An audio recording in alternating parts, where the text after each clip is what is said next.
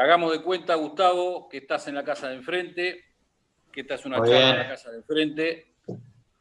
Vos sabés que la reunión plenaria de Abrazo Ciudadano es todos los miércoles a las 7 de la tarde. Hoy invitamos a algunas amigas y amigos, entre ellos, por ejemplo, Nora Estrada, que es la vicepresidenta del Partido Justicialista. Y bueno, estamos las compañeras y los compañeros de Abrazo que hacemos todas las reuniones y que no interrumpimos en esta pandemia y que seguimos haciendo de manera virtual. Nos da mucho gusto recibir un amigo que, como le decimos a Fernando Boroni, es parte de Abrazo Ciudadano ya Muy bien. directamente. Y bueno, a Gustavo Campana lo consideramos de esta manera.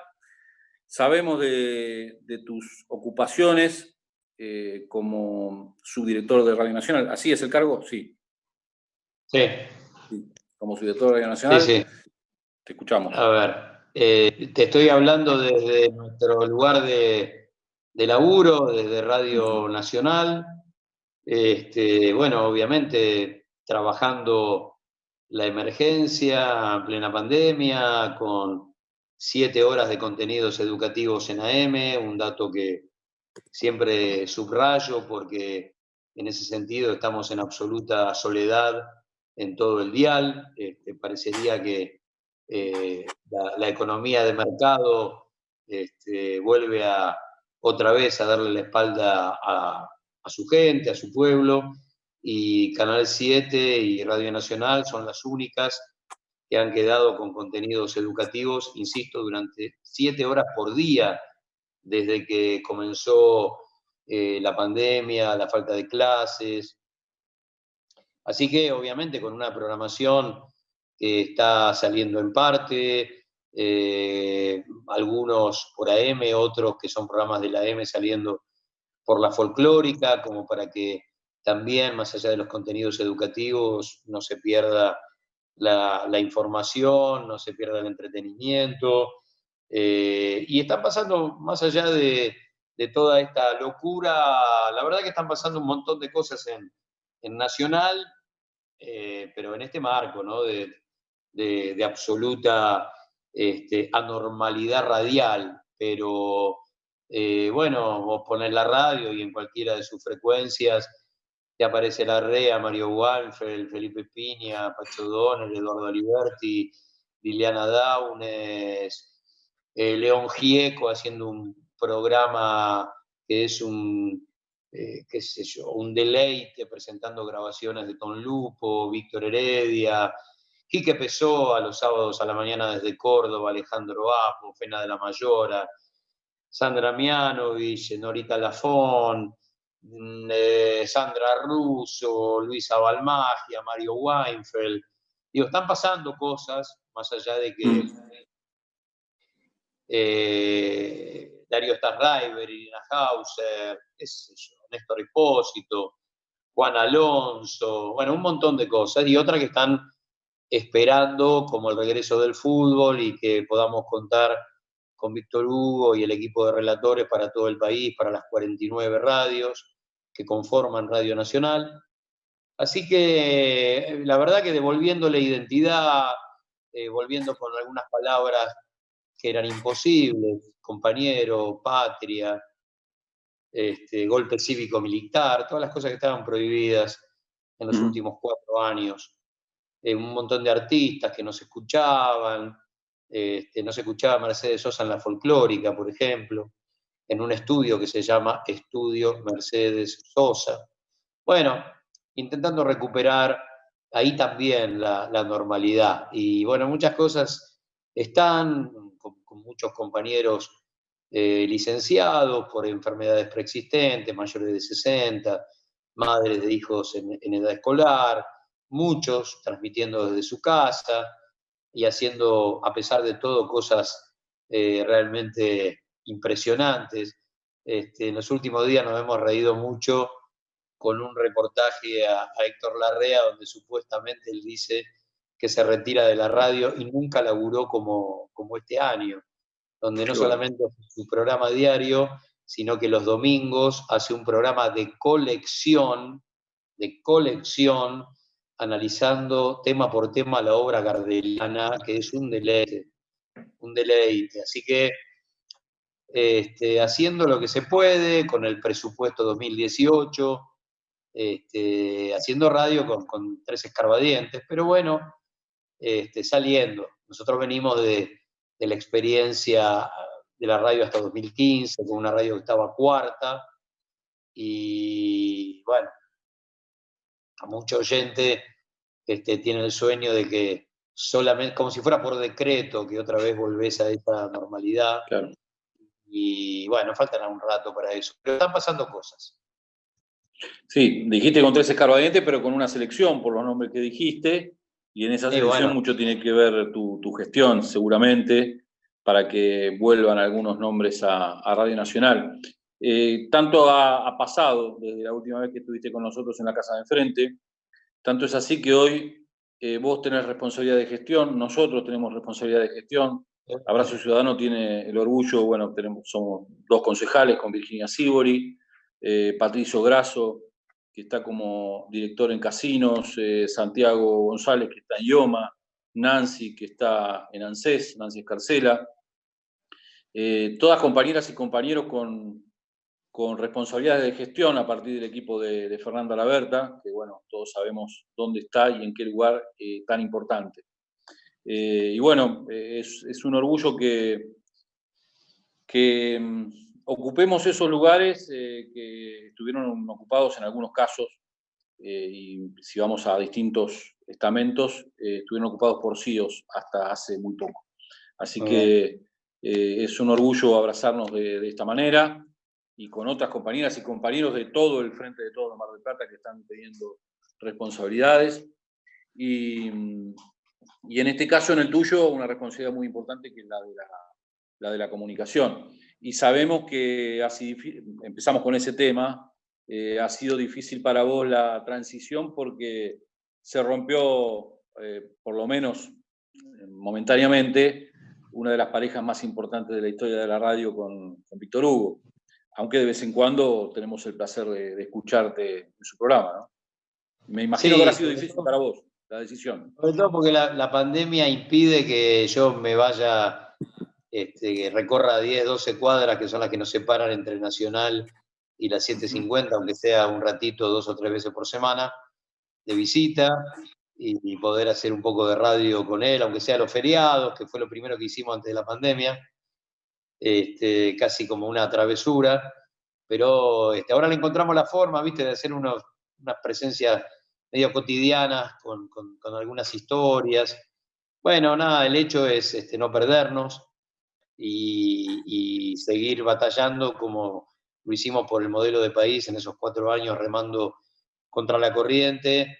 Tenemos el orgullo de haber hecho todo lo que estaba a nuestro alcance, dar centenares de charlas, escribir libros, hacer radio, no sé, gritamos por todas partes con todos los elementos a disposición, y la verdad que fueron 4 años gloriosos, inolvidables, que yo en algún momento dije, yo jamás me permití soñar poder trabajar todos los días a 20 centímetros de Víctor Hugo, y el destino, qué sé yo, nos esperaba con un premio a la vuelta de la esquina, y la verdad es que no hay que romper ese grupo, con nuestros productores, con Julián Capazo, con Paula Horman, con Alan Longi, con todos nuestros columnistas, con Fernando, con Stoppelman, con Morini. La verdad que era un equipo muy sólido,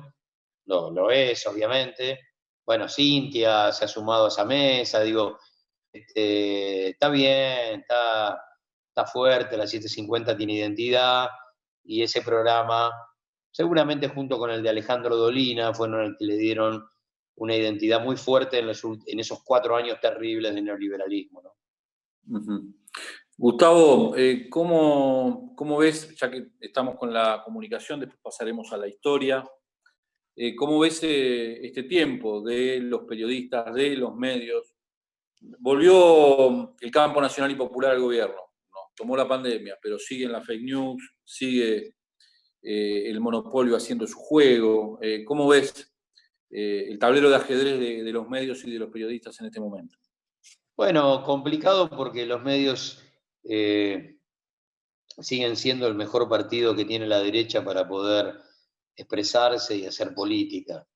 La verdad es que nosotros venimos de 4 años con el macrismo en el poder, pero los 12 del kirchnerismo hay que sumarlos también. Venimos de 16 años de una realidad ficcional que le hizo creer a millones de seres humanos que vivían en el peor de los infiernos. Eso es factible en un lugar del planeta donde existe el hecho de un hombre teniendo en el bolsillo más del 80% de los medios de comunicación, y cuando eso sucede aquí o en cualquier parte del planeta, no cabe ninguna duda que no está en peligro la realidad comunicacional de los argentinos o el aparato periodístico, está en peligro el sistema democrático, porque existe una sola palabra y el resto trabaja desde la banquina. En el presente la derecha está absolutamente irracional o más loca que nunca, porque en un momento único de la historia, esto no nos va a volver a pasar y vaya uno a saber cuántas generaciones van a transcurrir para volver a vivir algo parecido, en un momento donde lo que está en juego es la vida o la muerte. Estos tipos hacen política a través de empujarte a la punta del barranco y dejarte cara a cara con la muerte. La verdad que yo no pensé que estos tipos iban a hacer esto. Me dio la sensación que iban a ser vivos, iban a guardar un rato y en ese rato iban a desactivar memoria, verdad y justicia. Lo cierto es que en ese rato te aparecieron las investigaciones sobre espionaje, en ese rato te apareció el Estado presente tomando la decisión del tema Vicentín, que es meter la mano en el Banco Nación de González Fraga. Te salió mal, la verdad que te salió mal. Y mientras tanto, la salud pública, que vuelve a tener Ministerio de Salud, de la mano del gobierno de Alberto, recuperando el rol que supo tener por primera vez a través de Ramón Carrillo, al tipo que nunca olvidemos, estos mamarrachos intentaron mostrar como un adorador de Adolf Hitler. Todas estas cosas nos han pasado en los últimos días. Me parece demasiado para 3 meses donde la Argentina, mostrando que un modelo distinto de salud pública no amontona fosas comunes como Estados Unidos, como Brasil, no tiene la gente los cadáveres en las calles como Ecuador, no tiene los hospitales colapsados como Chile, ni ha tenido que vivir días terribles de 1.000 muertos por día promedio, como en Italia, en Francia y en España. Así que orgulloso de este tiempo que nos toca vivir y esperando salir de esto lo antes posible de la mejor manera, o sea, salvando a la mayor cantidad de argentinos que se pueda. A propósito de la comunicación, bueno, también está, que ya participa en nuestras reuniones desde hace algunos miércoles, un comunicador como Pablo Salgado de Mar del Plata. Se ha sumado Manuel Justo como invitado. Gracias por estar, Manu. Manu, les cuento, es el dueño de una parrilla que todas las compañías y compañeros tendrán que ir cuando termine la pandemia, porque está sufriendo como todos los gastronómicos, pero él no manifiesta en contra de Kichirov como hicieron algunos gastronómicos en Mar del Plata. Me llamó el otro día para decirme que estaba en contra absolutamente de ese tipo de manifestaciones y que primero está la salud. Así que, Manu, gracias por estar. Y cuando termine esto, todos vamos a comer una asado ouija y ayudar a la parrilla compañera. Gustavo, hoy es el día de Güemes. ¿Qué se puede decir en función de lo que significa Güemes para la Argentina? Güemes es un hombre imprescindible que generalmente en Buenos Aires, a través de la educación, de la currícula, no se lo tiene tan presente, pero Güemes en ese triángulo perfecto político y militar con Belgrano y San Martín son los tipos que posibilitan el 9 de julio de 1816. Con la guerra de recursos, con la guerra de guerrillas, lo que le indica San Martín a Güemes es: usted sostenga la frontera norte como sea, frena 11 invasiones realistas, y en ese tiempo puede San Martín armar el ejército de los Andes siendo gobernador de Cuyo. Pero Güemes es un tipo que a los 14 o 15 años está peleando en las invasiones inglesas. Güemes es el general del pueblo, el padre de los pobres. Es un tipo que desobedeció a Buenos Aires tantas veces como pudo para poder llevar adelante esa política bien ligada al Alto Perú, que tenía que ver con sostener el grito de libertad. Güemes es enorme por donde lo mires, un tipo que vivió 36 años apenas y que por supuesto un día como hoy fue víctima de las balas de la oligarquía, que por supuesto le pagaron a un sicario cuando él salía de la casa de su hermana, y con una herida en la cadera, un tipo que se supone era hemofílico y que no podía cicatrizar, dijo no a todos los beneficios que los médicos españoles le ofrecían desde el Alto Perú para morir en su campamento, pero nunca ser presa de una extorsión realista. Güemes es enorme, desde todo punto de vista, enorme. Así que le debemos a él gran parte de lo que somos cuando él vence en una de esas 11 intentonas realistas, vence al ejército español que había derrotado a Napoleón en Waterloo. Ingresan 7.000 hombres del ejército más profesional que había en la tierra, ingresan por Lima y llegan a Salta. Y no había forma de confrontar con ellos, y Güemes los derrota tomando la experiencia de Belgrano del éxodo jujeño y arma el éxodo salteño, y entran 7.000 hombres a Salta y no había una miga de pan ni una gota de agua. Y entonces lo que hace el ejército español es replegarse y retirarse hasta Perú y entregar otra vez la ciudad sin poder tirar un solo tiro. Se le debe mucho a Güemes, y me parece que la historia argentina tiene una deuda bastante grande con un hombre que fue inmenso, que le dijo a toda Salta, bueno, es tiempo de la tierra en armas, de levantarnos en función de terminar con el invasor, y a Güemes como a tantos otros, no cabe ninguna duda, hay que analizarlo en tiempo presente. A mí me molesta mucho cuando aparecen los centros tradicionalistas salteños en pilchas de gauchos, de los infernales de Güemes con el poncho rojo, y andan dando vueltas por la capital salteña y responden ideológicamente en el presente a la derecha, un modelo de colonia que poco tiene que ver con el modelo de nación. Si yo me pongo el poncho rojo y me disfrazo de infernal, bueno, no cabe ninguna duda que tengo que seguir el ideario de Güemes, y el ideario de Güemes era el de la independencia, el de la libertad y el de la patria grande. Quien no acepte eso es como decirse, ponerle peronista, sin respetar la soberanía política, la independencia económica y la justicia social. Si yo me digo desde un centro tradicionalista, adorador del pasado de Güemes, tendré que ser un hombre ligado a la independencia y a la patria grande, porque si no, la verdad es que lo único que estoy haciendo es respetar al invasor y no a Güemes, que dejó su vida en esta historia. Me preguntan por el rol de Macacha en la historia de Güemes. Macacha, que era su hermana y operó como un servicio de inteligencia. Ese era el rol, jugándose la vida en cada uno de los servicios que prestó.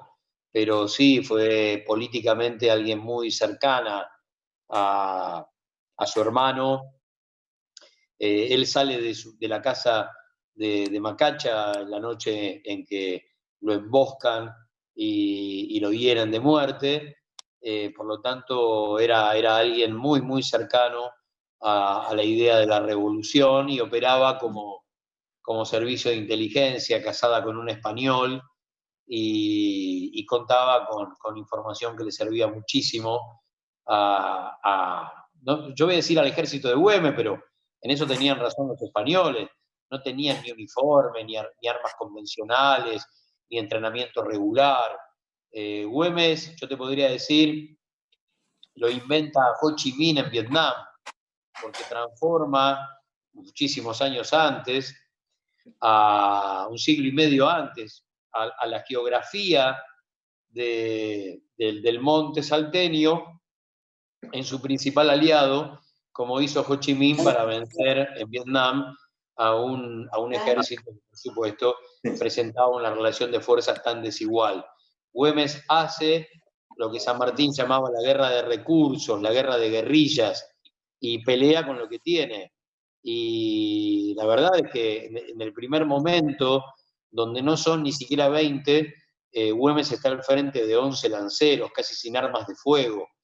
La verdad que lo que hace Güemes es el único que tiene instrucción militar de todo su ejército, y la verdad que es una verdadera epopeya el hecho de más o menos darle disciplina militar a grupos de gauchos que obviamente venían a poner solamente su corazón. Lo que tenían para ofrecer era su corazón, su valentía, y estaban dispuestos a todo. Así que yo creo que cada día es más grande. El pueblo, mirá, en ese sentido, yo creo que le debe un enorme homenaje. En la ciudad de Buenos Aires, en Figueroa Alcorta y Pampa, está la réplica del monumento que está en Salta, un monumento de piedra bellísimo, y lo hizo la última dictadura. El feriado de Güemes lo hizo el neoliberalismo de la mano de Menem. O sea, Menem es el que tira el feriado, y el que lo convierte en feriado nacional es Macri. ¿Dónde está el campo nacional y popular para bancar a un general del pueblo, a uno de los generales de los pobres? Que en eso se parece mucho a Artigas, ¿no? Muchísimo, muchísimo. A Artigas, a Rosas, al Chacho, a Felipe Varela, tipos que iban, cuentan, caminando en su campamento y hablaban con su tropa. Che, Braulio, ¿cómo está el pibe que andaba enfermo la semana pasada? A un conocedor de todo el paisanaje al que él tomaba como su socio en ese juego cotidiano entre la vida y la muerte. Así que yo creo que el pueblo le debe a Güemes un enorme homenaje.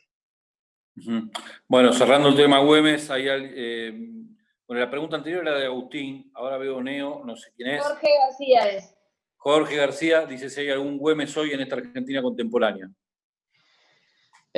Bueno, no empilchado de general, pero me parece que políticamente hay un montón de cuadros que son... A ver, yo creo que todo el campo nacional y popular del siglo XX y del siglo XXI, arrancando por el irigoyenismo y siguiendo por el primer peronismo, por la resistencia, por la militancia setentista, y todos los compañeros que después jugaron una especie de enorme reivindicación entre 2003 y 2015 con Néstor y con Cristina. Todos esos compañeros, viniendo de la vertiente que vengan, son los herederos de las mejores tradiciones políticas, sociales, económicas y militares del siglo XIX, donde se siembran todas las semillas que después se cosechan a partir, básicamente, de la creación del movimiento obrero en la Argentina, con los compañeros anarquistas, socialistas, y después con algunas cosas del irigoyenismo, como puede ser, qué sé yo, la fundación de YPF, el voto universal y secreto, Córdoba y la reforma del 19, bueno, y algún sentimiento de independencia de la mano de la neutralidad entre la Primera Guerra Mundial, pero será el peronismo el que a toda velocidad va a agudizar las contradicciones, pondrá frente al espejo a un montón de compañeros, y por ahí contesto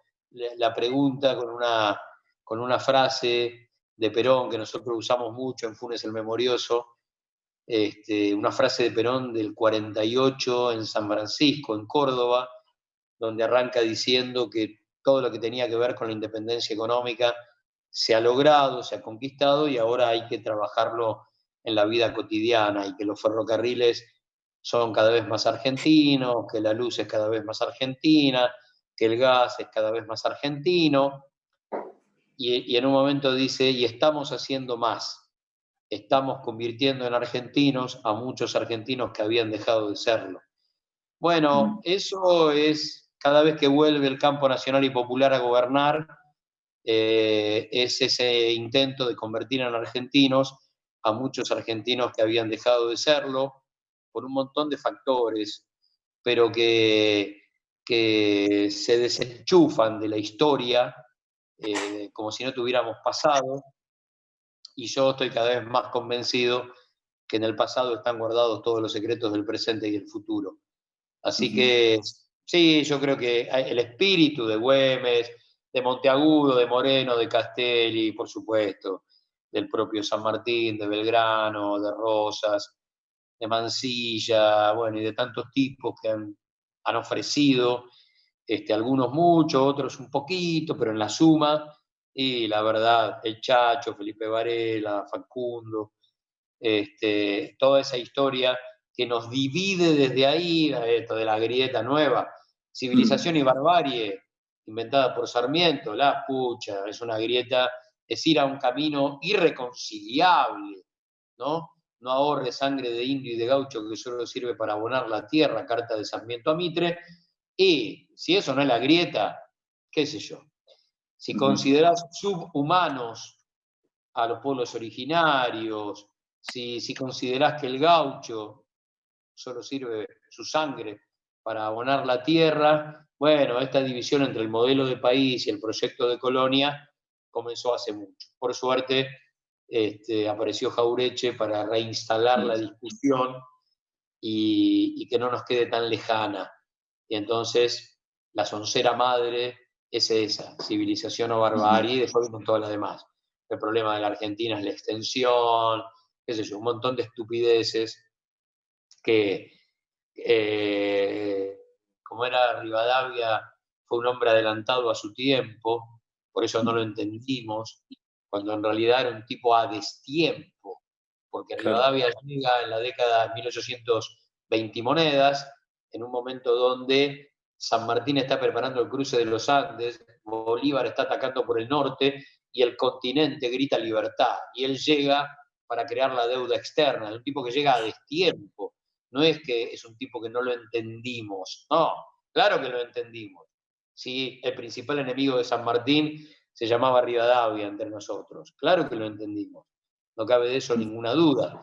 Así que Rivadavia llega a poner la piedra basal de la deuda externa con el empréstito de la Baring Brothers, casi en paralelo con la batalla de Ayacucho, que es la última después de 14 años de guerra por la independencia. Entonces el tipo estaba a destiempo.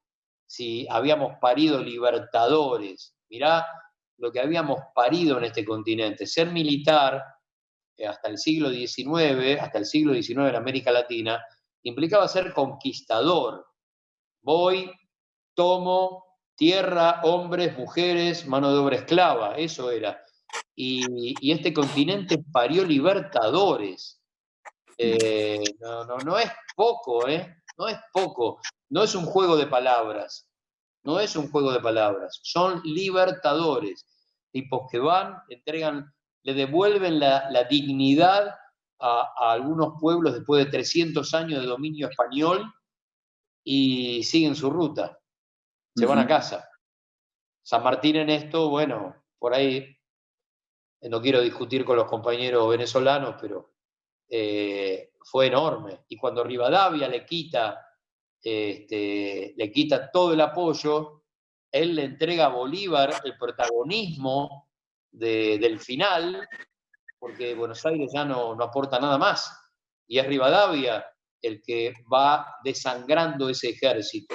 Y para cerrar esto, siempre lo decimos en todas las charlas, hay que recordar que 5.000 hijos del pueblo, 5.000 hijos del pueblo, mestizos, negros, pueblos originarios, integran el ejército de San Martín que cruza los Andes y después de la batalla de Ayacucho, en 1826, vuelven a Buenos Aires 77. Bueno, eso es la patria. De los 5.000 que se fueron con San Martín, a los 77 que regresaron. Y de los 77, 7 habían empezado en San Lorenzo, ¿no? Bueno, eso es la patria, que es algo que no la puedes tocar, no la puedes ver, no la puedes oler, y sin embargo hay formas de definirla de manera muy clara y contundente. Y la patria que nos duele es la de el bombardeo del 55, una de las patrias que nos duele. Sí, ayer claro. nos emocionamos con tu evocación con Víctor Hugo, y yo escribí por ahí, decía por ahí que me parece que el bombardeo del 55 lo que marca es que siempre hubo un solo demonio, y ya ahí se da por tierra con la teoría de los dos demonios, ¿no? Ahí empezó el demonio, el único demonio, el terrorismo de Estado. Sí. A ver, comienza un proceso que intenta tapar el sol con un dedo, ni siquiera con la mano, que sueña a través del bombardeo, el decreto 4161, no lo podés nombrar, no podés cantar la marchita, lo escribís, y los fusilamientos del 56, más el plan Conintes en tiempos de Frondizi, más los fusilamientos de Trelew y los 30.000 desaparecidos, todo un proceso de desperonización, como si fuera un desarmadero del peronismo, que es absurdo. Hay contactos que tienen que ver con el amor del pueblo a proyectos nacionales y populares que no lo destruyen ni la muerte. Y los tipos no aprenden nunca de la historia, porque mirá todas las estaciones que yo te fui nombrando, generadas por ellos mismos, y que ni siquiera 330 centros clandestinos de detención, tortura y muerte y 30.000 compañeros desaparecidos pudieron terminar con esto. Y sin embargo no aprenden, porque fueron por un proceso de desperonización después de la mano del menemismo, que es otro desarmadero del peronismo, en este caso desde adentro, desde la tradición menemista, y después fueron por otro proceso de desperonización con el sueño de Cristina presa, la demonización de 12 años de proceso absolutamente virtuoso, y pretendían que con excavadora buscando guita en medio de la Patagonia, diciendo que había guita escondida en el mausoleo de Néstor, que había un PBI en el ARSAT. Estoy citando algunas de las 100.000 estupideces que hemos escuchado. Iba a morir para siempre todo esto. Yo creo que tenían un proyecto de eternidad, o por lo menos de extender mucho más al macrismo, y ahí es donde yo difiero con muchos compañeros que dicen triunfaron porque afanaron y vinieron a buscar esa transferencia de recursos.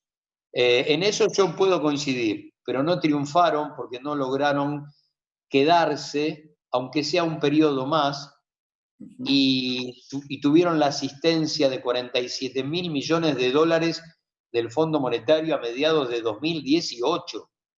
Pero estos tipos, que son esto, se fugaron el 90% de la guita que ingresó del fondo. Podría decirte que a gran escala, la verdad es que son chorros de pasacassette, porque, a ver, a vos te dan la posibilidad de la eternidad, te dan 47.000 millones de dólares para que no te vayas nunca más, y te lo afanás, porque fue todo fuga de divisas. Y ya veníamos, en total son más de 95.000 millones de dólares de fuga en 4 años. Es un récord que no tiene antecedentes en la historia de la humanidad contemporánea, no tiene antecedentes en la historia del capitalismo. Estoy hablando solamente de una porción de lo que significó el macrismo como dato económico, político y cultural. Una sola, lo que tiene que ver con la guita. Y ahí es donde los tipos demuestran su grado de insensibilidad, hipocresía, crueldad extrema, y creo que, bueno, parte de nuestro laburo es ponernos de pie sabiendo que los medios hegemónicos impidieron memoria, verdad y justicia del macrismo, se fueron sin balance, y eso es terrible. porque hay que hacer ese balance hoy en tiempo real, con Vicentín, con las escuchas, pero hay que seguir destapando historias que han quedado sepultadas entre cualquier cantidad de escombro periodístico, y contarle a la gente quiénes han sido estos tipos desde, bueno, en el caso del macrismo, desde Franco para acá, desde Cacciatore para acá, desde la dictadura para acá. Yo no puedo contarlo a Macri entre 10 de diciembre de 2015 y 10 de diciembre de 2019 nada más. Que sería una locura, porque lo estoy cuidando, lo estoy maquillando. Yo tengo que empezar a contar que esta relación de las escuchas, fruto de una relación muy estrecha con la vieja CIDE, es Franco, Cacciatore y los milicos en la época de la última dictadura. Y de ahí nace una comunión muy estrecha donde, como solía decir Isabel Menditegui, ex esposa de Mauricio, era como una especie de hobby de la familia, estar escuchando a todos, a propios y a extraños, básicamente a los extraños para ver cómo se movía el enemigo y a los propios si era necesario para extorsionarlos. Pues mucha gente hoy se anda preguntando, pero ¿cómo? ¿Para qué andaban hurgueando en la vida privada de periodistas, de diputados propios? Porque a lo largo de la historia han demostrado que cuando vos te corriste 1 centímetro, te aparece un carpetazo de tu vida privada. Los muertos que tenés escondidos en un placar aparecen de la noche a la mañana, amantes, lo que pinte, todo sirve para torcer un voto si es necesario. Así que estos tipos han hecho de la escucha Bueno, es un presidente que asumió procesado por escucha, digo, no olvidar eso. Cuando él asume procesado por escuchas, y no hay que olvidar que el fiscal que inicia la investigación de las escuchas de Mauricio Macri se llamaba Alberto Nisman. Es el fiscal Alberto Nisman. Están guardados todos los secretos del presente y del futuro. ¿Y por qué? Porque una de las escuchas tenía que ver con Sergio Burstein, de los familiares de las víctimas de la AMIA. La otra con Leonardo, con su cuñado, y la otra con el negro Ávila, el creador de Torneos y Competencias, porque él en ese momento le estaba presentando a Grondona, no existía Fútbol para Todos, una especie de Fútbol para Todos por cable. Y en ese momento la Policía Metropolitana la manejaba Bursaco, que después fue el 2 de Patricia Bullrich, y el CEO de Torneos y Competencias, el más importante, porque ya Ávila había vendido su parte y no era más miembro del directorio de Torneos y Competencias, era su hermano, que hoy está preso en los Estados Unidos por coimero. Digo, todo esto hay que decirlo de esta manera. Bueno, entre todos ellos estaba Montenegro, el intendente de Mar del Plata de hoy. A ver, Montenegro se convierte en parte del gabinete de Macri porque es el hombre que como juez la salva a Aguada del incendio del taller clandestino que tiene Chiqui, donde mueren, creo que son 4 personas, entre ellos 2 menores.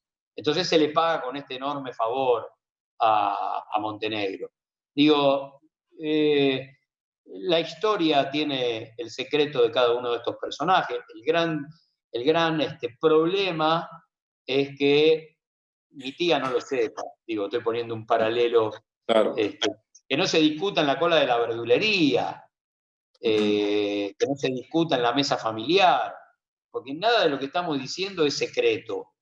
Nada, nada. Y una obligación periodística es el linkeo permanente de hechos del presente con el pasado. Digo, a ver, me estoy acordando la represión de diciembre del 17 con el intento de flexibilización laboral, y el primer linkeo que hicimos en el programa de Víctor Hugo fue la noche de las corbatas en Mar del Plata, porque el neoliberalismo fue capaz de desaparecer al equipo del doctor Centeno, creador de los, a esta altura, entrañables convenios colectivos de trabajo de mediados de la década del 70, y le costó la vida.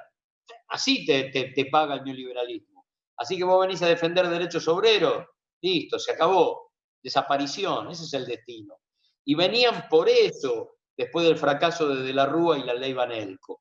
Venían por la revancha, porque por cada dólar que te presta hay un condicionamiento político. Ningún dólar es gratis. Es la deuda externa, y contesto una pregunta que apareció por ahí, claro Sí. que es uno de los principales factores de colonialismo y de dominación. Es el factor contemporáneo que te ata de pies y manos. Por eso Néstor, cuando le paga al fondo, termina siendo el peor alumno, porque se saca de encima, pagando Néstor la deuda que contrae la Argentina con el fondo, desde la dictadura de Aramburu a Duhalde, mirá de lo que estamos hablando, desde 1956 hasta 2002. El primer préstamo es del 56 a 2002 y va y lo paga el Campo Nacional y Popular, que transformó a Patacones y a todo lo demás, a su vez, en dinero contante y sonante, cerca de 7.000 millones de pesos. Es el gobierno que devuelve Corralito, Corralón.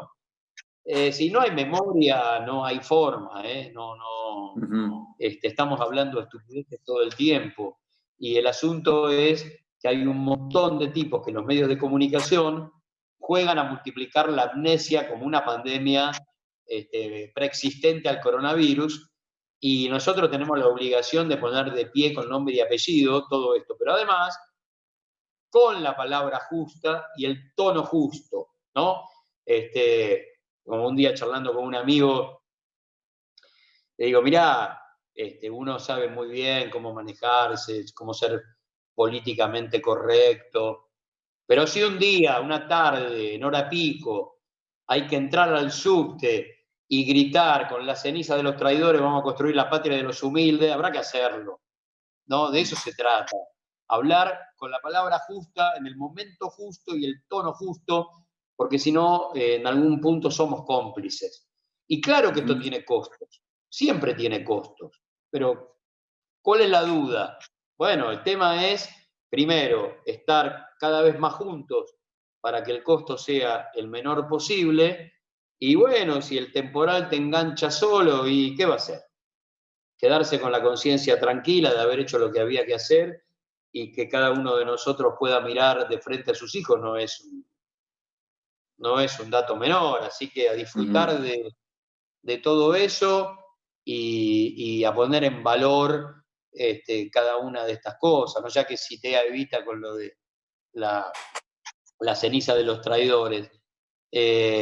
La Evita del 1 de mayo de 1952, muy débil, que prácticamente no puede estar de pie, que sabe que llega a su final, pero que también, después del intento golpista del 51, los fragotes, como se le decía en esa época a los golpistas, abro paréntesis, se le decía fragote porque se reunían en la casa del padre de González Fra a armar todas las conspiraciones contra la democracia, contra el peronismo, después contra Frondizi, contra Ilia, contra que se le decía fragotes porque se reunían en la casa del papá de González Fraga. También, ¿ves? Dato que no podemos olvidar para poder entenderlo a González Fraga en el presente. Pero, ¿cómo no recordarla a esa Evita en su último discurso en el balcón, cuando ella ve que hay fuerzas que, como decía, desde la oscuridad se están moviendo, y entonces le dice al pueblo que si en algún momento estos tipos se animan y desde su debilidad, cumpliendo con ella misma, con nosotros y con la historia, va a decir guay de ese día, porque yo saldré, bueno, y ella sabe que, pero no importa, ese guay de ese día, y es lo que tenemos que jurarnos nosotros todo el tiempo, guay de ese día. Y me parece que tenemos que ir a buscar ahí a esos tipos que generaron que hoy estemos hablando desde este lugar político, porque si no, traicionarlos es fácil, nos llenamos la boca y en la acción somos otra cosa. Y hemos tenido ejemplos, bueno, porque la condición humana implica la traición y van a estar siempre. Pero la pucha, si hay enormes tesoros para valorar y que tienen que ver, por ejemplo, con el 16 de junio, de la imagen de una de las imágenes que para mí me entró más ternura la historia del peronismo, que es esos tipos que en camiones y con palos le apuntan a los aviones, ¿no? Mientras gritan la vida por Perón, y van con palos a resistir el bombardeo de 70.000 kilos de explosivos. Pero están ahí los tipos, están ahí, y están haciendo acto de presencia, sabiendo que se están jugando la vida.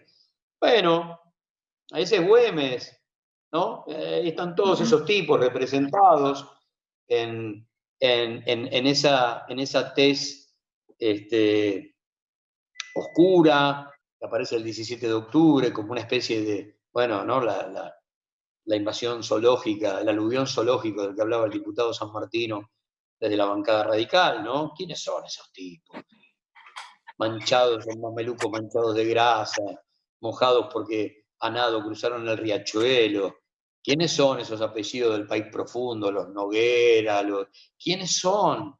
Bueno, se trata de eso, de tener memoria cotidiana y poder entender que venimos de ahí, y que solamente nuestro laburo en la movilización permanente, en la calle, que es el lugar que a ellos más les molesta, porque es el lugar donde se sienten indefensos, nos tiene que tener como protagonista cuando todo esto pase.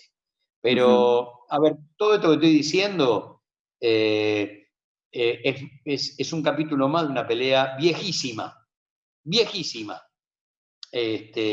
A veces hablamos con el otro día, el martes, en un Zoom con los 49 directores de Radio Nacional y pautando un montón de laburos históricos que pretenden analizar a los héroes en tiempo presente, pintó, bueno, aquello de Miñona, ¿no? Si la historia la escriben los que ganan, quiere decir que hay otra historia. Y entonces yo agregué, sin ánimo de discutir a Miñona, por supuesto, esa metáfora, cómo no entenderla, cómo no llevarla en el corazón. La gran pregunta era, ¿quién nos hizo creer que perdimos? ¿Quién fue? ¿Quién nos hizo creer que fuimos derrotados en una batalla que lleva más de 200 años y que está inconclusa? ¿Quién le hizo creer al campo nacional y popular que nunca ganó un partido cuando dimos más de una vuelta olímpica? ¿Quién le hizo creer eso al campo nacional y popular? Bueno, eso es parte de la batalla cultural. ¿Quién te hizo creer que vos perdiste? ¿La historia mitrista? Bueno, es una circunstancia, porque un día aparecieron los revisionistas y empezamos a discutir al tipo, y el tipo cuando escribía la historia, él creía que esto perduraba por la eternidad. Y un buen día, a mediados del siglo XX, aparecieron un montón de locos, de Hernández Arregui, el Pepe Rosa, el Colorado Ramos, Ortega Peña, Eduardo Luis Dualde, y empezaron a hablar de los caudillos, de las montoneras, de un pueblo que no aparecía en la historia mitrista, ¿no? San Martín cruzó los Andes, fuimos a la escuela, ¿no? Con esa frase, y había 5.000 tipos, hombres del pueblo que lo rodeaban. Belgrano hizo el éxodo jujeño, la pucha, miles de tipos quemando el sembradío, envenenando el agua, matando el ganado, todo por vencer al español. La verdad que el rol del pueblo en la historia argentina es mayúsculo, y cada vez que Cordobazo, qué sé yo, no sé, cada vez que pudo y se organizó, pese a todo, y bueno, golpeó las puertas del palacio todo el tiempo. Así que en todos los terrenos, no hay un solo gorila que diga yo no quiero cobrar el aguinaldo. No hay un solo gorila que diga, no, mira, yo lo de las vacaciones pagas, qué sé yo, déjalo para otro, no creo en eso. La indemnización, no, mira, yo no creo en eso, me voy, te agradezco mucho. Y así sucesivamente. Así que con mucho orgullo a gritar de dónde venimos y afrontar las discusiones que nos van a perseguir, creo yo, hasta el último suspiro de nuestras vidas. Bueno, ¿quién nos hizo creer que perdimos? Es igual no nos han vencido, que ayer fue una consigna recordando el bombardeo, ¿no? Vamos a Gonzalo Raventos, que se suma de Irrompibles. Esto es el Frente de Todos, Fernanda Alberta Mar del Plata. Compañeros, compañeras. Ya vamos a... Qué bueno que vos puedas también leer las preguntas, Gustavo. Vamos a sumar las preguntas de los compañeros y las compañeras. Pero antes que ir con ese chat, ¿hacia dónde vamos? ¿Cómo es el escenario de la pandemia hoy y cómo ves el escenario de la pospandemia con este gobierno de Alberto Fernández? La pandemia hoy no nos permite ninguna otra lectura que el día a día. La verdad que cualquier cosa que yo te diga con relación al futuro es absurdo, sobre todo te lo estoy diciendo desde el corazón de la pandemia, que es el AMBA, ¿no? El ámbito metropolitano. Acá estamos viviendo ese techo tan temido en un momento donde la reta larga a correr a miles de porteños tilingos por las calles todas las noches, en algo que podemos parafrasear con la noche de los museos como la noche de los contagios. Y no sé con qué nos vamos a encontrar con eso. Te juro que mete miedo esa Buenos Aires loca entre las 8 de la noche y las 8 de la mañana.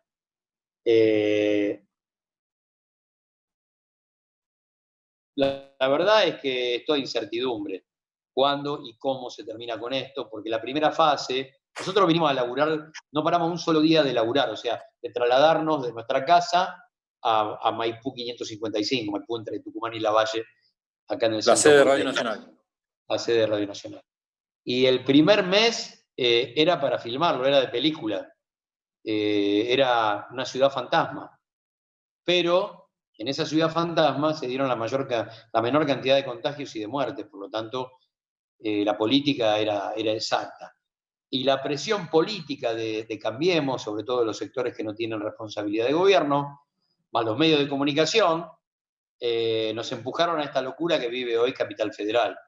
La verdad, es una locura. El centro es un sábado a la mañana, por poner un paralelo con la cantidad de actividades que hay. Que, por supuesto, uno entiende la viciadura, pero también, o sea, lo que entiendo como superior, la muerte. Qué sé yo, cada uno elige. Bueno, en este caso, el asunto es ese. Y después un montón de empresarios inescrupulosos.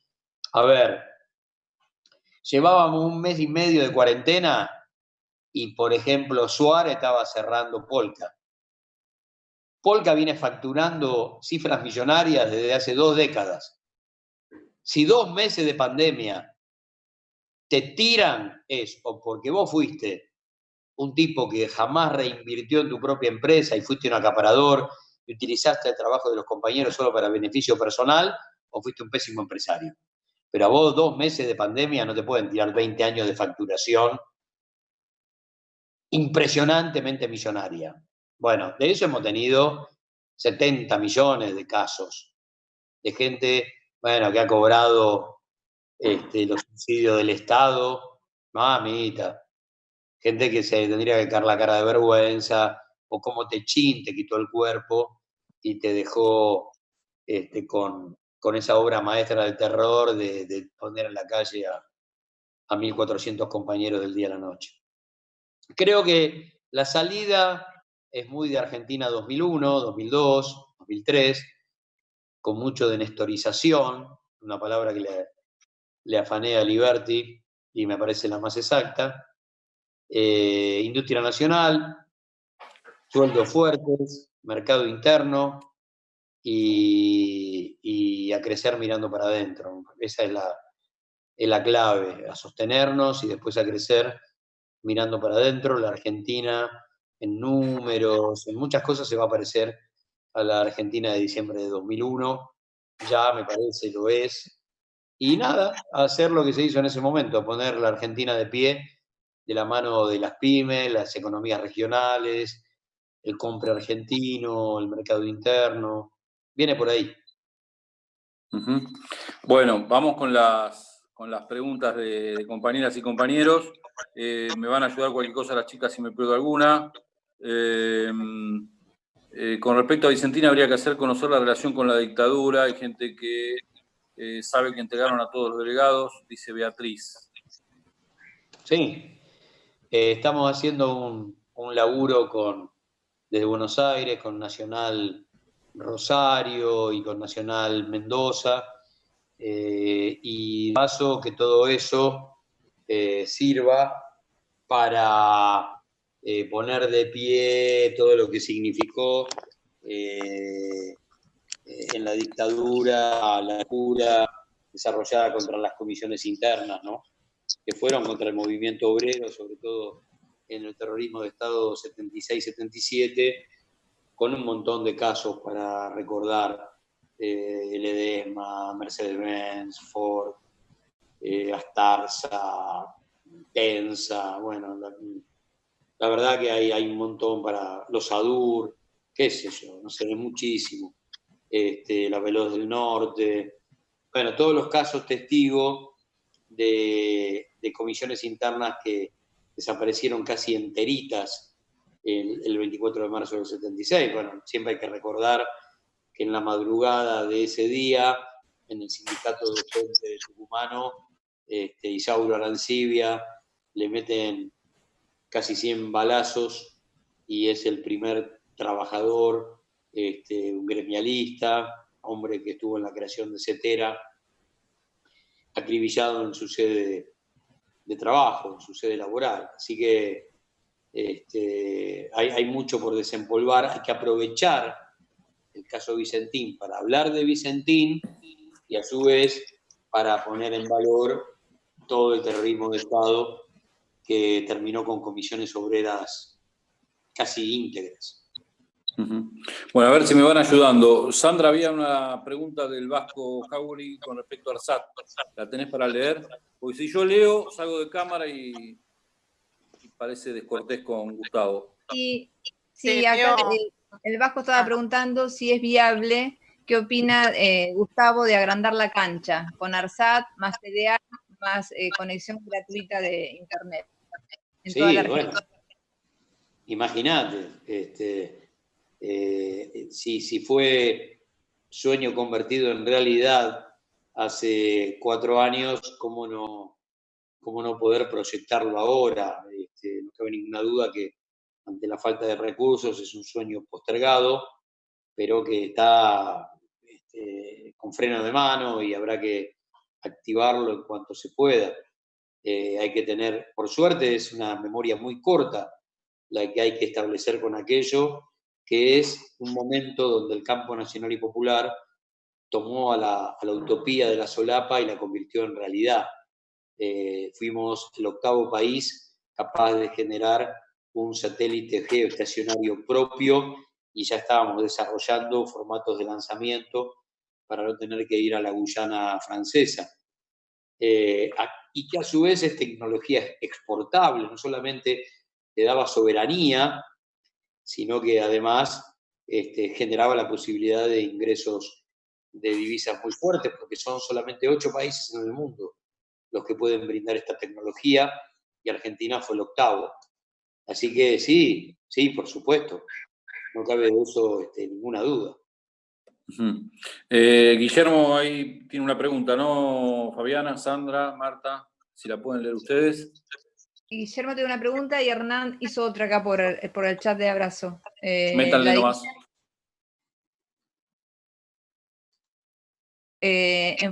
Comunicacionalmente, o le falta un mayor recurso.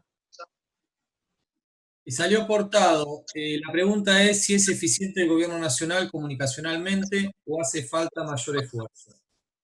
Bien. Bueno, a ver, por un lado me parece estar contestando la misma pregunta en 2014, en 2015. A ver, ¿se pueden cometer errores comunicacionales? Sí, no cabe duda. Ahora, yo pregunto lo siguiente, y esto no es en defensa de los errores. Supongamos que tenemos los mejores técnicos en materia de comunicación, los mejores del mundo. La pregunta, compañeros, es ¿a dónde comunicamos? ¿En qué medios? ¿En qué plataforma? ¿A dónde? Si el enemigo tiene sumado el Grupo Clarín con el resto de sus satélites, y el 90% de los medios de comunicación de la República Argentina. Supongamos que Abrazo Ciudadano tiene los mejores técnicos comunicacionales de Mar del Plata.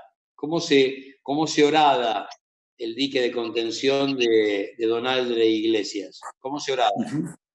Bueno, tenemos un problema ahí, que es una constitución del formato de los medios que es muy complejo. ¿Cómo se lo puede, no sé si derrotar, pero sí poner en problemas? Bueno, yo creo que tendríamos que armar una gran red de lo que hoy llamamos, para mí muy mal, medios alternativos.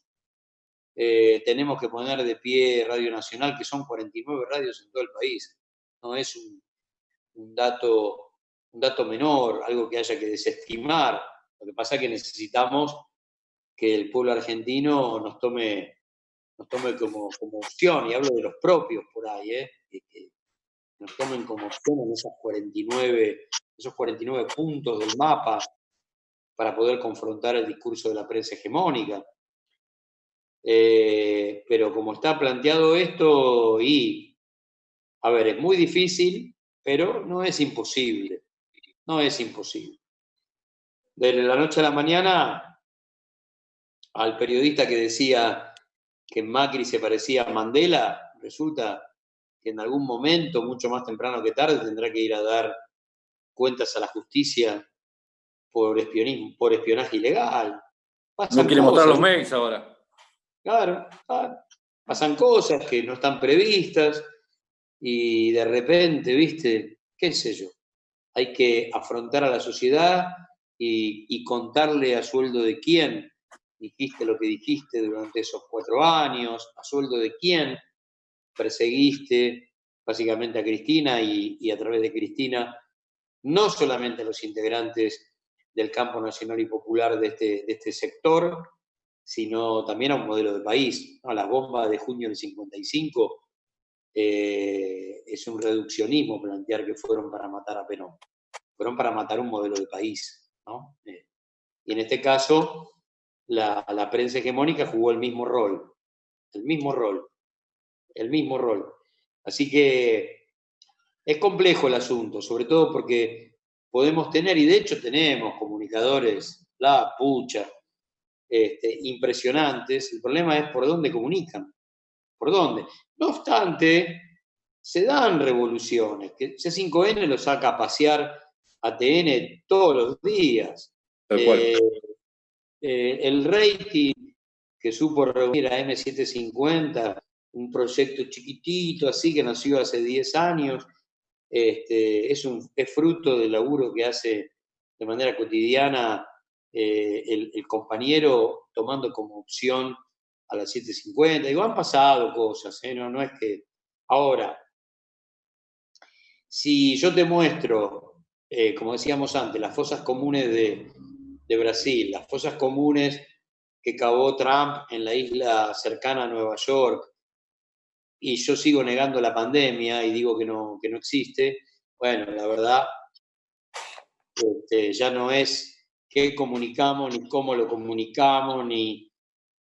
Hay un ADN que hace al odio visceral del campo nacional y popular que radica en cómo se le da derechos a la base de pirámide, ¿no?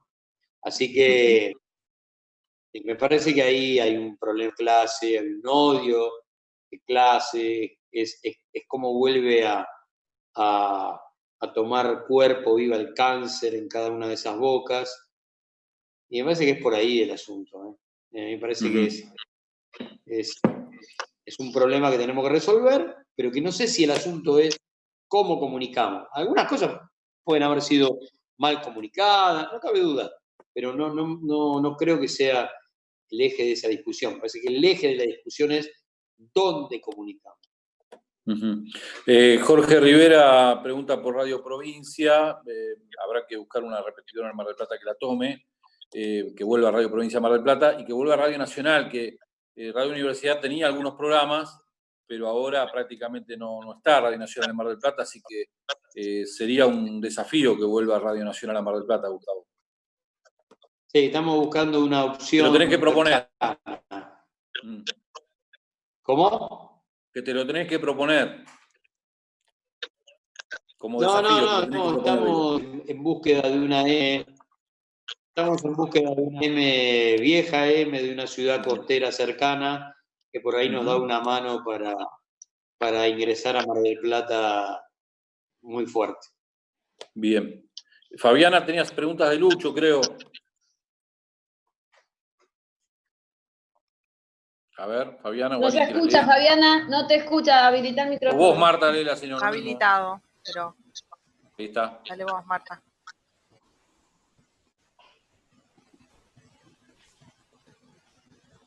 Bueno, yo me voy a decir. A ver, Lucho pregunta, ¿y si los próximos 20 años nos recuperamos y nos ponemos de pie, qué hacemos para evitar una vuelta atrás como con Macri? ¿Qué hacemos? Muy corto. ¿Qué hacemos? Para evitar una vuelta atrás. Atrás. Para evitar y que vuelva Macri, va. Bueno. Se refiere en particular al endeudamiento y desendeudamiento. Nosotros desendeudamos y ellos nos endeudan. Sí. A ver, no te estoy corrigiendo, que en esto coincidimos. El problema no es el apellido. El problema es el modelo. Por lo tanto, claro, el problema no es Macri. Macri fue el jefe momentáneo y Macri será... qué sé yo, un mal recuerdo en algún momento y aparecerá en la historia como el peor presidente de la democracia, será un enorme dolor en el alma y nada más. Pero el problema es el modelo, el problema es cómo ese modelo se repitió 3 veces en poco menos de 45 años, ¿no? El mismo modelo de Martínez de Oz, el mismo modelo de Cavallo, el mismo modelo que llevó adelante el macrismo. A ver, por primera vez en lo que va de la democracia, y es muy importante, no es un eje simbólico nada más, el campo nacional y popular gritó neoliberalismo nunca más. Es la primera vez, Sí. Y es muy importante. Hay que elaborar para consolidar ese dato y me parece que lo que nos debemos, no importa qué tipo de renegociación tenga la deuda, tiene que haber un costo, aunque sea político, muy alto para todo esto. Muy alto para el bono a 100 años de Caputo, muy alto para los 47.000 millones de dólares del fondo que salió a pedir Macri cuando en ese momento la deuda argentina era de 0 con el Fondo Monetario Internacional, gracias al campo nacional y popular. La verdad es que nos tenemos que preparar para darle una mano a 2 puntas de la línea de tiempo de la militancia y necesitamos que los jóvenes descubran y que los veteranos recuerden. Y por supuesto sembrar conciencia para que esto no se repita nunca más. La verdad que yo añoro el momento en que pueda discutir en una elección con un adversario que me diga que lo puede hacer mejor que yo, que puede profundizar el proyecto de industria nacional, que puede distribuir más riqueza, que puede generar mejor salud pública, porque hasta ahora, por lo menos en los últimos procesos, de 2015 para acá, nosotros estuvimos discutiendo con el enemigo, y no tengamos miedo a la palabra. Hemos discutido con el enemigo de un proyecto de nación. El enemigo que te endeuda, que mata a la industria nacional, que deja desocupación de 2 dígitos. La pucha, si ese no es el enemigo, que me vaya diciendo quién es, así me preparo. Pero ese es el enemigo, no quepa de esto ninguna duda. Y entonces hay que prepararse para enfrentarlo en la pelea cotidiana. A ver, en Buenos Aires se juntan 100 anticuarentena, le ponen 5 móviles y parece que esa es la voz de la sociedad argentina. Y la verdad es que estamos a años luz. de que eso sea así. Pero en la batalla cultural lo que queda es eso, es que, mirá, ahí está la sociedad argentina diciéndole no a Alberto, cuando la sociedad argentina está planteando en su gran mayoría una cosa muy distinta, ¿no? Así que en todas las áreas hay que trabajar porque los tipos no vuelvan, y para eso hay que comprometerse utilizando a Néstor en seguir bajando cuadros, que todavía faltan unos cuantos. Sí, tal cual. Hay preguntas en WhatsApp también, por WhatsApp. Sí, tengo una de Hernán. Dale, Hernán avanza. pregunta, ¿se me escucha bien ahí? Sí. ¿Cuáles son los tiempos para avanzar sobre temas no económicos? Como por ejemplo, cambios en la justicia y ley de medios. A ver, el tema de los tiempos políticos siempre mide cuál es la fuerza que tengo para subir a pelear con un enemigo o contra dos enemigos. En eso yo también siempre miro para atrás y lo cito a Néstor. A ver, Néstor asume en la máxima debilidad, con 22% de los votos y 24% de desocupación, el aparato productivo destrozado, 53% de argentinos debajo de la línea de pobreza y 180.000 millones de dólares de deuda. Muy bien. Siendo además abandonado Néstor y la democracia argentina por Menem, que no se presenta en la segunda vuelta, y no permite que sea legitimado por una victoria abrumadora de 70-30. Entonces, Néstor, ensanchando derechos, lo que genera es que al año y medio de haber asumido con esa circunstancia y ese contexto, parémonos en 2005. 2005. Reestructuración de deuda con quita del 70%, anuncio de pago al fondo del total de la deuda y no al ALCA. La pucha. Un año y medio, solo un año y medio, pero en ese año y medio, industria nacional, laburo, aumento de jubilaciones que habían estado 10 años congeladas, pymes que se empiezan a poner de pie, compra nacional, cierre de apertura indiscriminada de importaciones, reorientación del crédito hacia lo productivo, niveles de crecimiento del 8% promedio. Bueno, eso te da espaldas para pelearte en determinado momento de ese ciclo de 12 años con Repsol por YPF, con el Grupo Clarín por la ley de medios, con Inglaterra por Malvinas, qué sé yo, con todos. Bueno, es importante.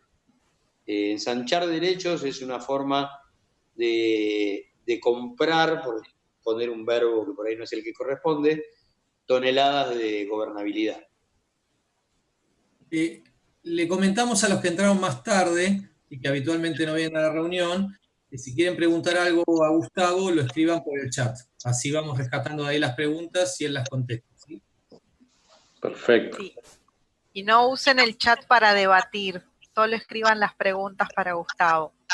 Claro, ahí tenemos se sumó Santiago, director de idioma, en el medio de su trabajo. Le damos la bienvenida.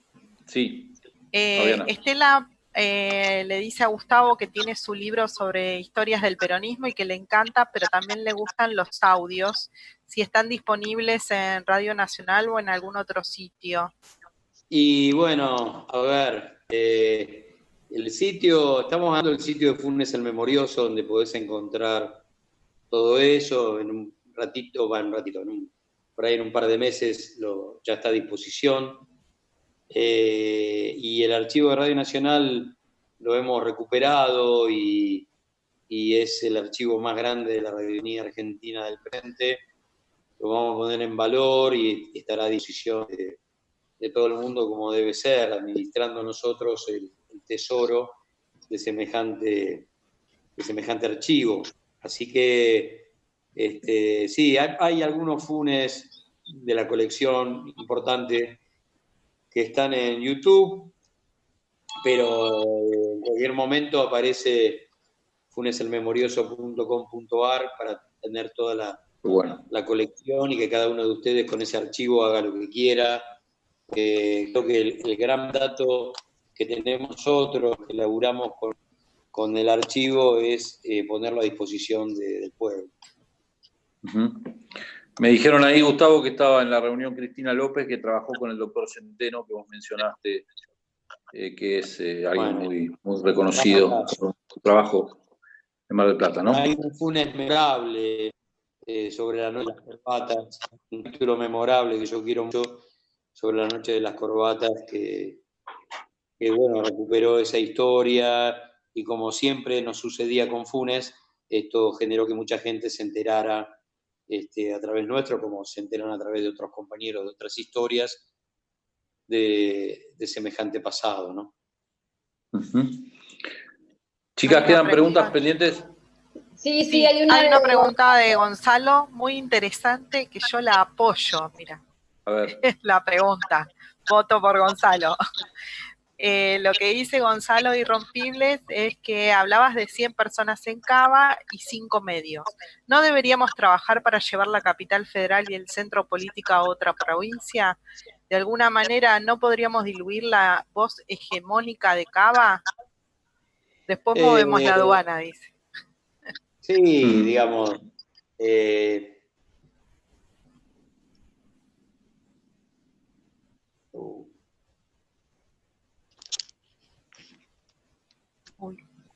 Dejamos de escuchar a Gustavo.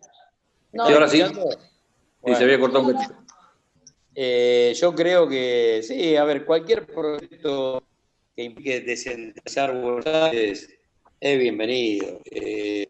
Lo podemos hacer de esa manera o se lo puede hacer política y económicamente, digamos. El problema es que esto ya es un monstruo que en cualquier momento se da vuelta y nos come a nosotros, digamos.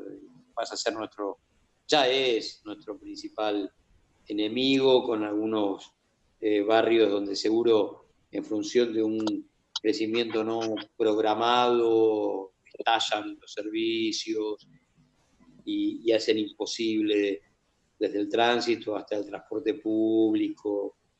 Pero bueno, yo creo que para eso el principal proyecto, el principal motor, puede ser el traslado de la capital. No hay ningún problema, el auspicio, no hay problema. Pero me parece que la descentralización más importante es la económica.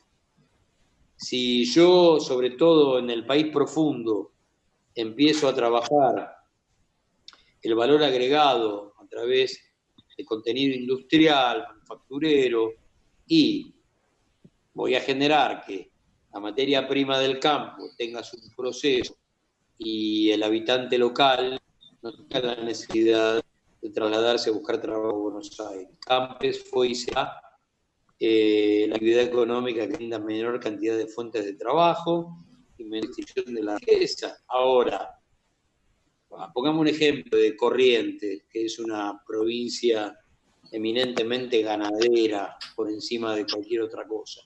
80% vacuna, 10% ovina y 10% porcina.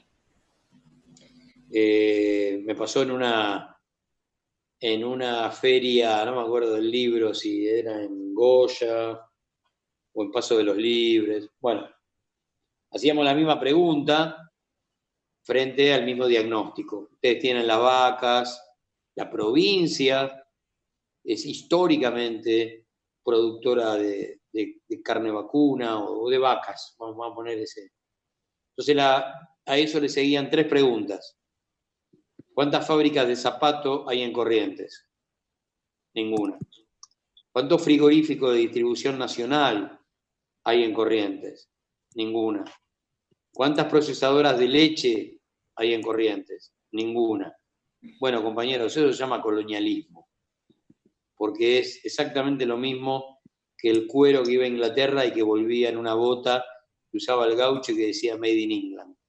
Si ese producto tiene que venir a Buenos Aires para que lo procese Mastellone, estamos en problemas. Y no importa si trasladamos la capital, porque en realidad la enorme concentración que existe en Buenos Aires desde hace 60 años tiene que ver con la fuente de laburo, tiene que ver con venir a buscar el pan.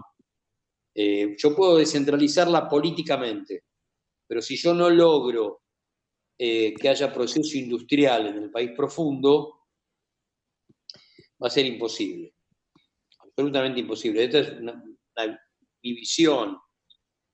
Podemos empezar por descentralizarla políticamente, sí, vamos a llevar la casa de gobierno a otro lugar, vamos a llevar las oficinas de los ministerios, vamos a llevar las oficinas de las empresas del Estado, Radio Nacional por ahí se traslada, no sé, a Catamarca, si en Catamarca va a la nueva capital, pero eso no va a posibilitar que millones de seres humanos se descentralicen, porque el verdadero poder que tiene Buenos Aires está esencialmente en su fuerza productiva.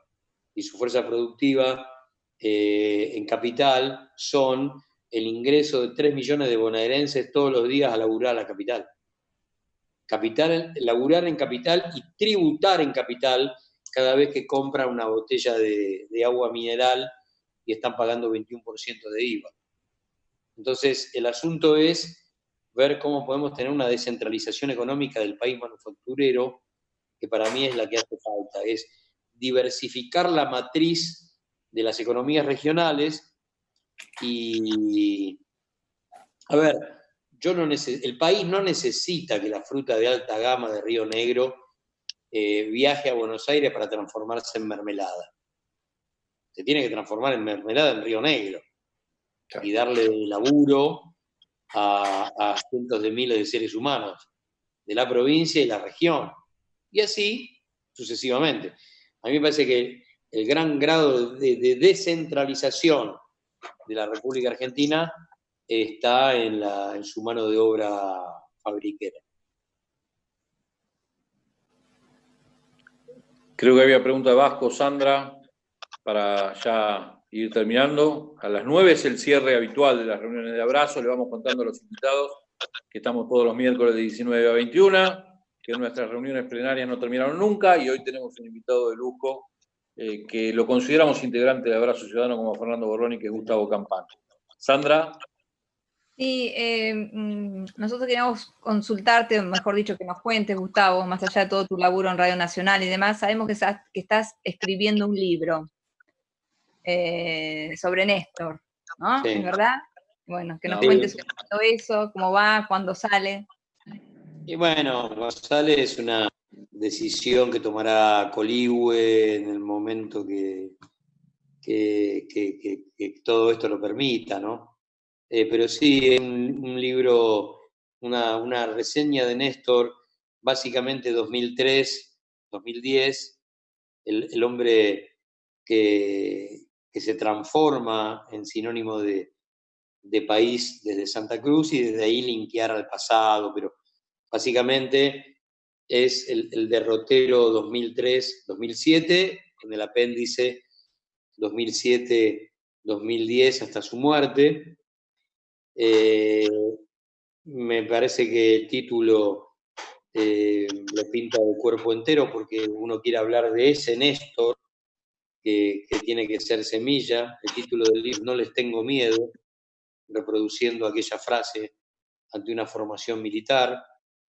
Y me parece que esa es la gran virtud de Néstor. Néstor sentía como si fuera una zona de confort en la pelea con los más poderosos. Y no hay otra forma de poder entender la viabilidad del proyecto nacional y popular si no los enfrentamos, con aciertos, con errores, con marchas, contramarchas, con todo lo que ustedes quieran. Cuando uno repasa el día a día de Néstor presidente, a mí me sucede que cada vez es más grande. A mí me pasa eso. Cuando uno repasa día a día, del cual se alejamos, no hay forma de poder entender algunas cosas que sucedieron, otras que están perdidas en la memoria. A ver, vamos con un ejemplo concreto de un hecho que todos llevamos en la memoria y en el corazón, que es bajar los cuadros de Videla y de Viñone en Campo de Mayo. Hay dos cosas de ese momento que para mí son claves y pintan a Néstor de cuerpo entero. El CELS, con Berbisky a la cabeza, le había pedido primero a De la Rúa y después a Duhalde que saque los cuadros del colegio militar, porque ya era tiempo, después del menemismo, de empezar a forjar generaciones nuevas sin semejantes ejes simbólicos en las paredes de Campo de Mayo. Obviamente que por distintas razones, los dos dicen no. Cuando llega el momento de Néstor, el CEL se lo propone a Pampuro, ministro de Defensa en aquel momento, y Pampuro le dice, bueno, mirá, no, hay que hablar con Néstor, esto para que es algo, ¿no? Entonces Néstor se sienta y los escucha, no omite palabra, no omite sonido. El CEL viene del no de la Rúa y el no de Duhalde. Entonces le explican, bla, bla, bla, bla, bla, y cuando terminan, la respuesta de Néstor es, lo hacemos el 24 de marzo. Esa fue la respuesta. Eso es Néstor. Lo hacemos el 24 de marzo. Ya está. Chao. Y para terminar de entender en qué lugar Néstor bajó el cuadro, se supone que entre el 18, el 19 y el 20 de marzo, ya sabiendo que eso se venía, los milicos roban el cuadro original. Desaparece el cuadro original. Y entonces Pampuro mete una foto de Videla para que el eje simbólico de bajar el cuadro se haga y que aquello de proceda tenga validez, pero los tipos estaban dispuestos a todo, ¿eh? No es que fueron a confrontar con Néstor, ¿eh? No fue fácil, porque a veces se lo plantea como algo muy, qué sé yo, muy sencillo, muy... Y sin embargo no lo fue bajo ningún punto de vista.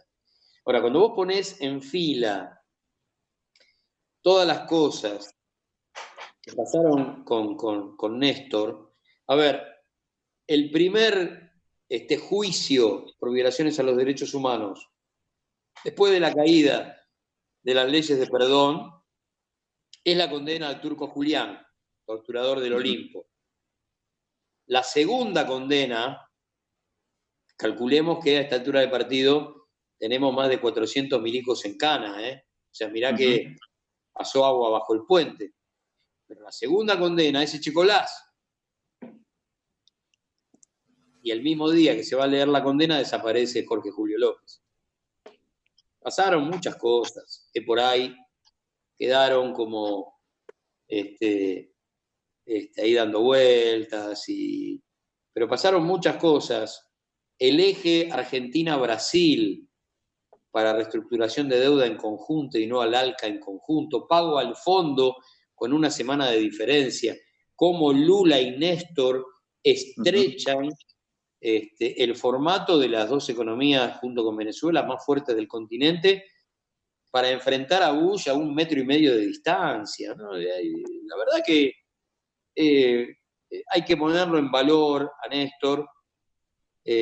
Una vez más, uno puede decir que el periodo de Néstor empieza en 2003, el 25 de mayo de 2003, y termina de diciembre de 2015, junto, ¿no? Porque si no, estaríamos siendo bastante ingratos e injustos con el devenir histórico, que obviamente fueron la suma de las partes y fueron trascendentales para la historia argentina, los dos enfrentando los molinos de viento, discutiendo política de manera cotidiana. Hemos vivido un privilegio, me parece, y Néstor ha sido un tipo, a ver, esto es una posición muy personal, pero, a ver, Néstor viene del pragmatismo de los 90, de encontrarle la vuelta al menemismo, de decirle sí a la privatización de YPF. Ahora, en el momento, imagínenlo a Néstor entrando por primera vez a su despacho de la Casa de Gobierno, en el momento en que el tipo tiene la historia en un puño, tiene la posibilidad de hacer la plancha y hacer una transición prolija, tranquila, y eligió reconvertirse con su propia arcilla. Se miró al espejo y la imagen devolvió un Néstor en blanco y negro, de pelo largo, anteojos pesados, estudiante universitario, militante de la FUN, y salió a decir en la ONU: yo soy hijo de las madres. La verdad, hoy nos parece sencillo, nos parece... Pero hemos tenido un presidente que ha salido a jugar esas batallas. Y la verdad es que nada de lo que estoy diciendo no pasó, nada de lo que estoy diciendo lo estoy imaginando, y el gran laburo que nosotros hemos desarrollado con Coligo en cada libro es documentar paso a paso, no importa de lo que estemos hablando, porque hicimos lo mismo con el Mundial 78, no, es documentar paso a paso lo que estamos diciendo, darle valor historiográfico a lo que estamos planteando, porque si no parece que nada de esto hubiese existido, y sin embargo existió y mucho. Así que el asunto es hacer una reconstrucción muy fuerte, muy cotidiana, casi día a día de esos 4 años, y después recordarlo al Néstor 2007, 2010, diputado, peleándose contra los molinos de viento en la 125, levantándose hasta de la traición de algunos que se quedaron con algunos puntitos clave para ganarle a De Narváez. Néstor tuvo que vivir la experiencia de ser derrotado por De Narváez. La verdad que hemos sido poco agradecidos con Néstor para hacerle vivir tamaña vergüenza. Pero hay otra refundación de Néstor, que es su muerte, ¿no? Y ahí rescato una frase de González Tuñón cuando murió Gardel, que dijo: cuando el pueblo llora, que nadie pregunte nada, porque está todo dicho. Y cuando Néstor murió, el pueblo lloró, y entonces no hay que preguntar nada, está todo dicho. Y mucha gente descubrió: che, ¿entonces lo querían a este tipo? Era una pregunta muy porteña, muy de Barrio Norte. Sí, claro, claro. ¿Y por qué? ¿Y cómo? Bueno, y ahí hay otro Néstor que profundiza su reinvención y es cada vez más grande, cada vez más fuerte. Néstor termina convirtiendo algunos momentos de ese pasaje de la historia argentina en verdaderamente revolucionarios. Verdaderamente revolucionarios. O sea, el momento que recuerda siempre Filmus cuando le dice: ¿cuánto cuesta terminar con el despelote de Entre Ríos? Creo que era 85 millones de pesos. Bueno, listo, ya está. Entonces Filmus lo mira y le dice: pero no hay que preguntarle al ministro de Economía. No, te equivocás, Danielito, le dice. Este es un tema político. No hay que preguntarle al ministro de Economía. La política le da órdenes a la economía. Y eso es un cambio sustancial, peronismo puro, si querés, del primer peronismo que trae Néstor como dato nuevo. ¿Cómo voy a preguntar si puedo usar o no 85 millones de mangos para terminar con el pelote de la huelga de Entre Ríos? ¿A quién le tengo que preguntar? ¿Al presidente? ¿A Prat Gay le tengo que preguntar si voy a renegociar deuda en 2005? ¿Le tengo que preguntar a Redrado si voy a pagar con 9.500 millones de dólares de reserva la deuda? ¿A quién le tengo que preguntar si soy el presidente de la nación? Bueno, eso es Néstor. Es un dato que se incorpora a muchas generaciones como diciendo: entonces quiere decir que la economía le puede dar órdenes a la política, pero obvio, desde ya, por supuesto, no cabe de eso ninguna duda. Y hay un montón de anécdotas que lo pintan a Néstor de cuerpo entero, anécdotas o hechos reales, que van desde simbolismos que recreamos, que son muy conocidos, como esa primera visita a Bush en Washington, y ponerle él su mano en la pierna de Bush, al revés de la Rúa, porque él le había dicho al fotógrafo de presidencia que para él la mano del presidente de Estados Unidos en el muslo del presidente argentino era como, bueno, yo te bendigo, quédate tranquilo, Entonces vamos a hacer al revés, yo te apuesto que soy yo el que ahora le va a poner mi mano en el muslo de él, y le va a decir, bueno, mijito, quédate tranquilo, que acá está la Argentina peronista. De ahí a símbolos máximos que están perdidos en el tiempo y que hay que rescatar. No sé, yo sueño, es un sueño muy personal, después de la obra, que sea el Sinceramente de Néstor. Esto es lo que yo sueño, no escrito por él, pero sí escrito para él, con la cosa minuciosa del detalle, que tiene que ver con un tipo que, yo insisto, se reinventó a sí mismo. No está en el libro, ¿viste? Porque en algún momento no estaba muy, pero porque en algún momento estuvo, y después yo siempre la uso porque uno busca metáforas para a veces hacerse gráfico, y yo digo que Néstor fue el primer Bergoglio que se convirtió en Francisco. Cuando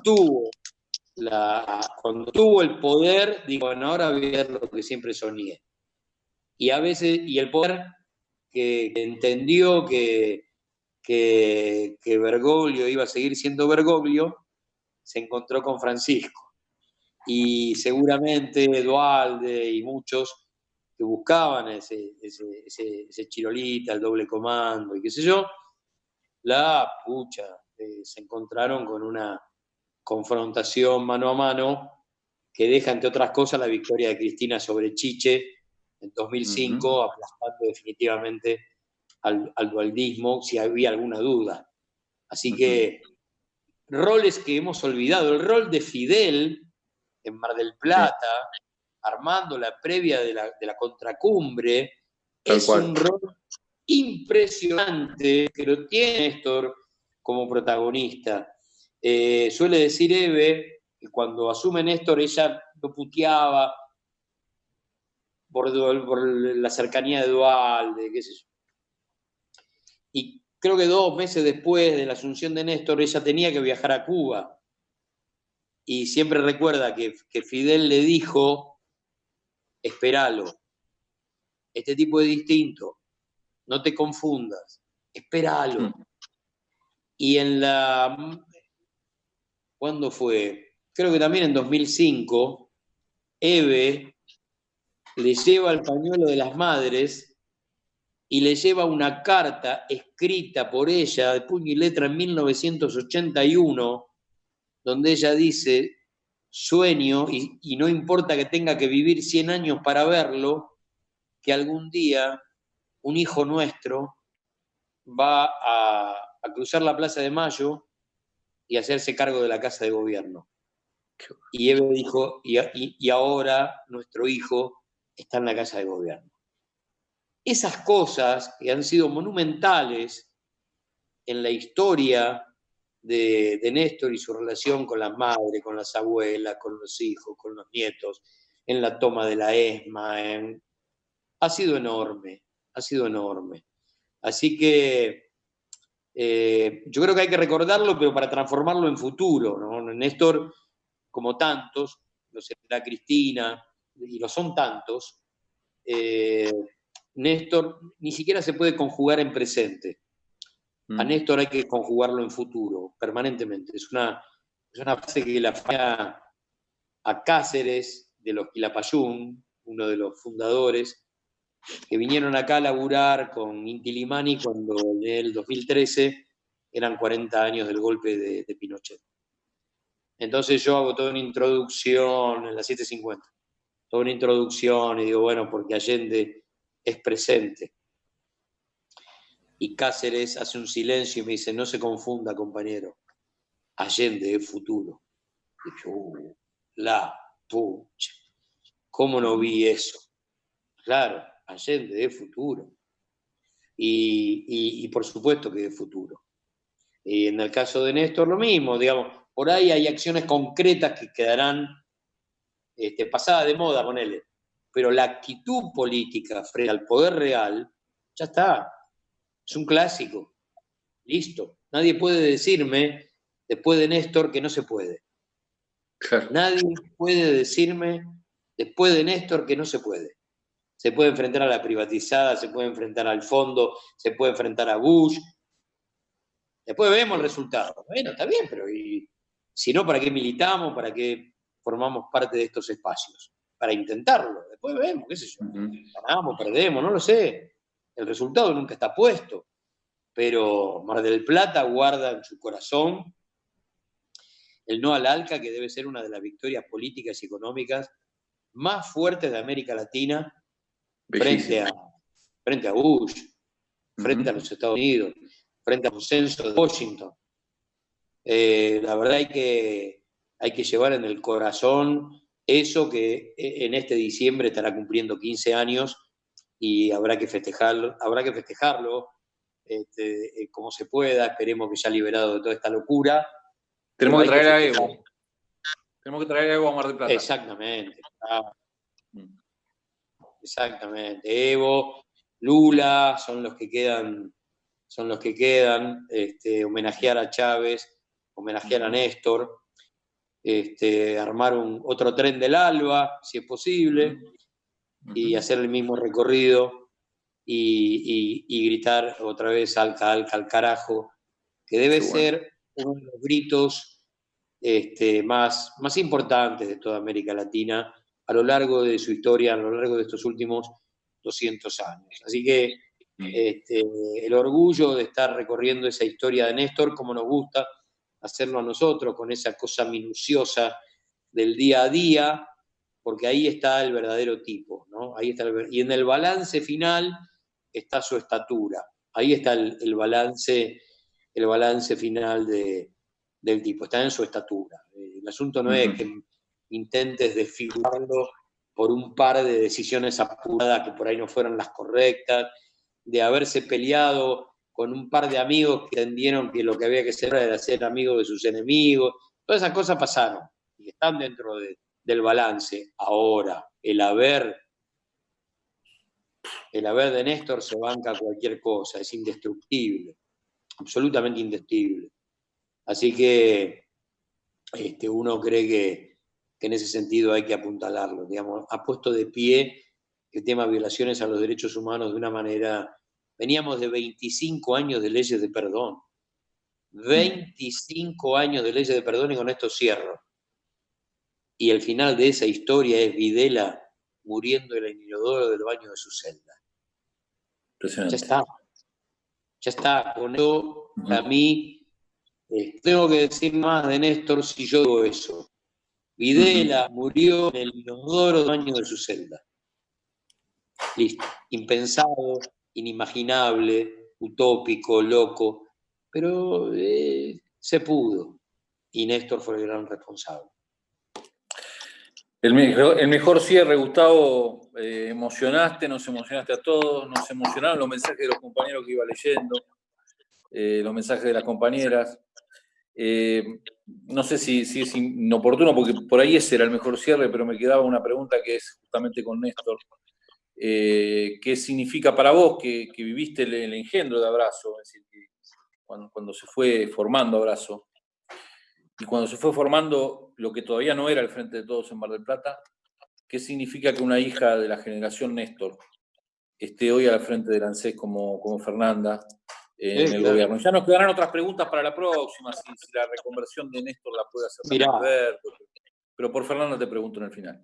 Mirá, cuando se gestó el terrorismo de Estado en la Argentina, se hizo de la mano de la escuela francesa, que era el antecedente de Argelia, y a eso una vuelta de tuerca con la Escuela de las Américas, West Point, vuelos de la muerte, desaparecidos, centros clandestinos de detención. Bueno, todo eso fue escuela francesa. La única escuela que existía en el mundo para robo y distribución de bebés fue la Guerra Civil Española. Y para eso los medios franquistas, escribiendo enormes tratados, hablando de terminar con el gen rojo. Si yo le saco un hijo a una familia republicana y lo coloco en el seno de una familia franquista, termino con el gen rojo. Bueno, nuestros hijos fueron diputados, funcionarios. La pucha, ¿no? Mirá qué diferencia de aquello de quédense tranquilos que de esta manera terminamos con el gen rojo, a el alto grado de sensibilidad que llevan todos ellos en su ADN, mirándose al espejo y confrontándose con la foto de mamá o con la foto de papá. Es fuerte, es fuerte. A mí me pasa mucho con Victoria Montenegro, porque su historia es terrible, es negar la negación durante mucho tiempo, hasta que vio la foto de su viejo y se vio a ella misma. Y no, a partir de ese momento, que es como un encontronazo con la verdad, ya está, no hay nada más para decir, no hay nada más para hacer. Así que nuestros hijos le dieron una piña en la mandíbula a los médicos franquistas que apostaban a que si yo lo sacaba de esa familia, se terminaba el gen rojo. Bueno, ahí está el gen del campo nacional y popular resistiendo, multiplicándose, y de la mano de Néstor convirtiéndose en diputados, en funcionarios, la verdad, en ministros. Hoy tenemos ministros que son parte de esa generación que a mediados de los 90, sobre todo con lo que fue el 24 de marzo del 96, tienen una aparición rupturista en la historia política argentina y le dan contenido a esa década que, mamita, venía vacía de recuerdos y totalmente amnésica. Así que, bueno, en el caso de Fernanda, de Guado y de tantos compañeros, uno dice, bueno, qué bárbaro, porque ahí están sus viejos y el resto de los compañeros que perdieron la vida en la militancia, porque el enemigo entendió que no había otra forma de terminar con esto que apagando sus vidas. Mira qué fuerte que habrá sido ese golpe en la puerta del palacio. Así que la verdad que yo siempre voy ahí, voy al gen rojo de los médicos franquistas y qué hizo el campo nacional y popular de la Argentina con cada uno de ellos. Gustavo, gracias por este momento emocionante que nos hiciste vivir. El aplauso es de todos y de todas. Y bueno, gracias por el tiempo. Ahora sí pueden abrir los micrófonos, compañeros, para aplaudir. Para el aplauso. Bravo, bravo, bravo. Gracias, Gustavo. Gracias por Gustavo, a vos. un abrazo ciudadano. Gracias. Capo. Gracias. Gustavo. Gracias por pertenecer a Abrazo. En Mar del Plata cuando pueda, cuando pase la pandemia para que presentes el libro, Gustavo, ya te comprometí a presentar el libro. Claro, exactamente. Vamos a presentar el libro que cada vez que estuvimos por allí muy emocionado. Gracias, Gustavo. Aguante Funes el memorioso. Hasta la próxima. Totalmente. Gracias por la invitación, abrazo.